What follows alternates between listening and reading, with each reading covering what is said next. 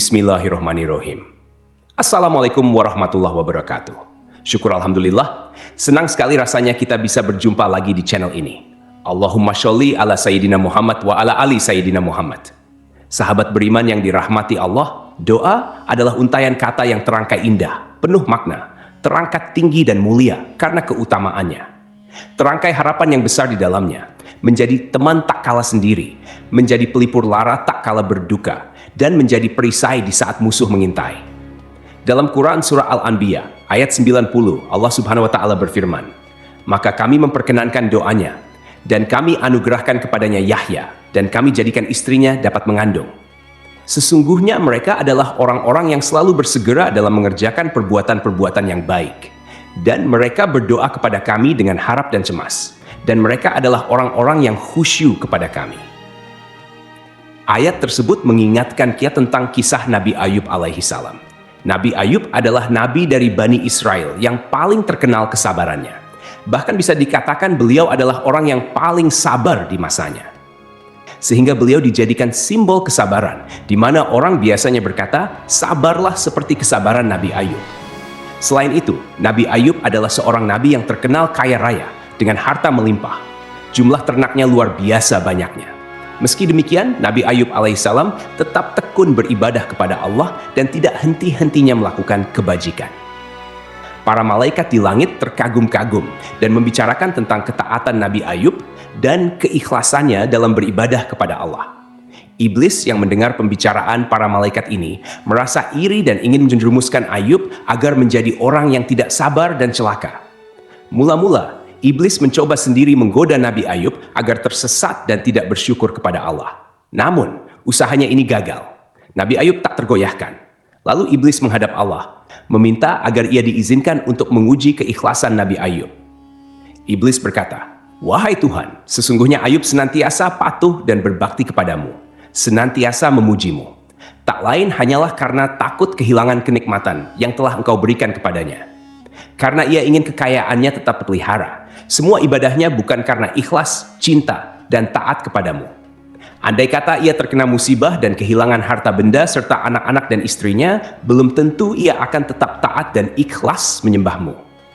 Lalu Allah berfirman kepada Iblis, "Sesungguhnya Ayub adalah hambaku yang sangat taat kepadaku. Ia seorang mukmin yang baik. Apa yang ia lakukan untuk mendekatkan diri kepadaku adalah semata-mata didorong iman yang teguh kepadaku. Iman dan takwanya takkan tergoyahkan hanya oleh perubahan keadaan duniawi. Cintanya kepadaku takkan berkurang walaupun ditimpa musibah apapun yang melanda dirinya. Karena ia yakin bahwa apa yang ia miliki adalah pemberianku, yang sewaktu-waktu dapat aku cabut daripadanya atau kujadikan berlipat ganda. Ia bersih dari segala tuduhan dan prasangkamu. Engkau tidak rela melihat hamba-hambaku, anak cucu Adam, berada di atas jalan yang lurus. Untuk menguji keteguhan hati Ayub dan keimanannya pada takdirku, kuizinkan kau menggoda dan mencoba memalingkannya dariku. Kerahkan seluruh pembantu-pembantumu untuk menggoda Ayub melalui harta dan keluarganya. Cerai beraikan keluarganya yang rukun, damai, sejahtera itu. Lihatlah sampai di mana kemampuanmu untuk menyesatkan Ayub, hambaku." Setelah itu, Iblis dan para pembantunya mulai menyerbu keimanan Nabi Ayub alaihissalam. Mula-mula mereka membinasakan hewan ternak peliharaan Nabi Ayub. Disusul lumbung-lumbung gandum dan lahan pertaniannya dibakar hingga musnah. Iblis mengira Nabi Ayub alaihissalam akan berkeluh kesah setelah kehilangan ternak dan pertaniannya. Namun ternyata Nabi Ayub alaihissalam tetap berhusnudzon, berbaik sangka kepada Allah. Segalanya ia pasrahkan kepada Allah. Harta adalah titipan Allah yang sewaktu-waktu dapat saja diambil kembali. Ia merasa gagal. Iblis mendatangi putra-putri Nabi Ayub alaihissalam yang sedang berada di sebuah gedung yang besar dan megah. Mereka menggoyang-goyangkan tiang-tiang gedung sehingga gedung itu roboh dan membuat anak-anak dari Nabi Ayub alaihissalam yang berada di dalamnya meninggal dunia. Iblis mengira usahanya kali ini akan berhasil menggoyahkan iman dari Nabi Ayub yang memang sangat menyayangi putra-putrinya itu. Namun sekali lagi, Iblis harus kecewa. Nabi Ayub tetap berserah diri kepada Allah. Oh iya, memang bersedih hati dan menangis, tetapi jiwa dan hatinya tetap kokoh dalam keyakinan bahwa jika Allah yang Maha Pemberi menghendaki sesuatu, tak ada seorang pun yang mampu menghalanginya. Iblis yang masih belum puas lalu menaruh baksil di sekujur tubuh Nabi Ayub, sehingga beliau menderita penyakit kulit yang sangat menjijikkan. Lebih parahnya lagi, para tetangga Nabi Ayub alaihissalam yang tidak mau ketularan penyakit yang diderita Nabi Ayub, akhirnya mengusir dari kampung mereka. Dan pergilah Nabi Ayub sama istrinya Rahmah ke sebuah tempat yang sepi dari manusia.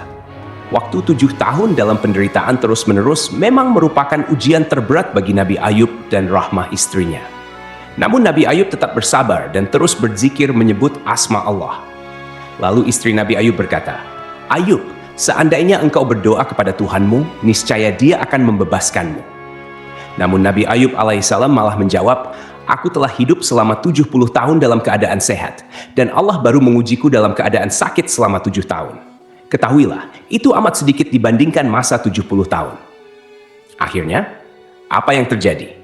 Iblis pun menyerah dan mengakui bahwa Nabi Ayub adalah Nabi Allah dengan tingkat kesabaran yang amat sangat tinggi. Sakit Nabi Ayub membuat tidak ada lagi anggota badannya yang utuh kecuali jantung, hati, dan lidahnya. Dengan hati dan lidahnya ini, Nabi Ayub alaihissalam tak pernah berhenti berzikir kepada Allah. Sampai suatu ketika, lantunan zikir Nabi Ayub dijawab oleh Allah. Lalu Allah berfirman, "Hantamkanlah kakimu ke tanah. Dari situ akan memancar air yang dengannya kau akan sembuh dari penyakitmu. Kesehatanmu akan pulih jika kau mempergunakannya untuk minum dan mandi." Sahabat beriman, zikir masyhur apa yang dibaca Nabi Ayub? Allahumma inni masaniyad durru wa anta arhamur rahimin. Ya Allah, sesungguhnya aku telah ditimpa penyakit dan Engkau adalah Tuhan yang maha penyayang di antara semua penyayang. Apa keutamaan membaca zikir ini? Yang pertama, pengakuan kita atas kemurahan Allah. Yang kedua, pengakuan atas Allah dengan sifatnya yang maha belas kasih kepada hamba-hambanya yang mau berdoa. Yang ketiga, permintaan untuk segera diangkat segala macam penyakit dalam tubuh kita. Kemudian yang keempat, permohonan untuk diberikan kesehatan. Lalu, kapan waktunya? Boleh dikerjakan setelah selesai syalat agar selalu dijauhkan dari segala penyakit. Atau jika kita dalam kondisi sedang sakit, Razgris 250 keluarga, kerabat, teman dekat, sepupu, dan lain sebagainya.